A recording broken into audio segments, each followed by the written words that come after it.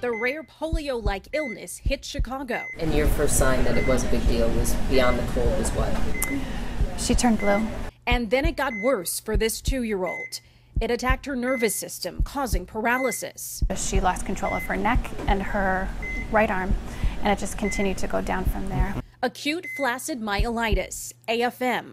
This private family's very public battle to bring awareness. Good evening. I'm Erica Sargent. And I'm Rob Johnson. This toddler is improving, but her family says it's the unknown. Will she make a full recovery? That concerns them. CBS 2's Dana Kozlov live at Lurie Children's Hospital, where she's been for the past month. Dana. Rob and Erica, it will be one day at a time for this little girl, and her parents say they had some very scary moments, few moments where they thought they might lose her, but they are speaking out, sharing her story tonight, just so other families could be aware if similar symptoms present themselves.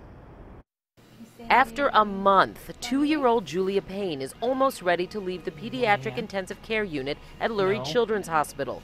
Ahead, intensive inpatient therapy to help after acute flaccid paralysis, or AFM, left her small body very weak. Because the disease affected a spot on her spine that controls your breathing.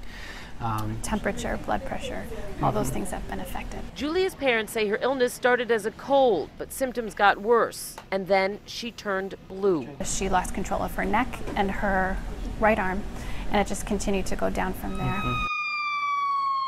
Julia eventually ended up at Lurie Children's Hospital, where tests and the CDC finally diagnosed AFM, resulting, doctors say, from enterovirus. This virus in specific can affect your breathing muscles and your airway muscles, and so we need to take over that and put a breathing tube in and then attach her to a ventilator so we could take control of her breathing. This particular complication of enteroviral disease is actually quite rare. Currently, more than 36 cases have been diagnosed around the country.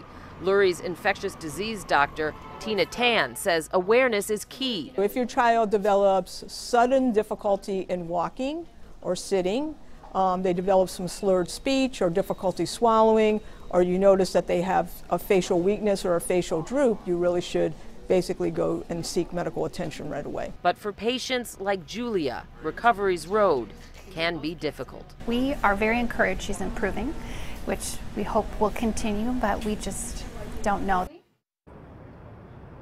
Acute flaccid myelitis, or acute flaccid paralysis, as doctors here called it, ultimately AFM.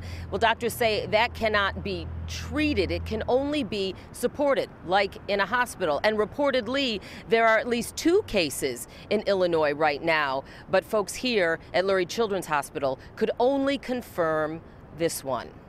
We are live outside Lurie Children's Hospital. Dana Kozlov, CBS 2 News. Rob and Erica. Okay, Dana, thank you. To expand on what the doctor was saying, the frightening part for parents, most of the symptoms of AFM appear after a cold or a bout with the flu. Patients often experience muscle weakness, facial drooping, difficulty moving their eyes and speaking, or slurred speech. It is difficult to diagnose because it can be mistaken for other neurological disorders. There's no specific vaccine, but exposure to the polio virus can trigger AFM. So experts urge parents to stay up to date with those vaccinations.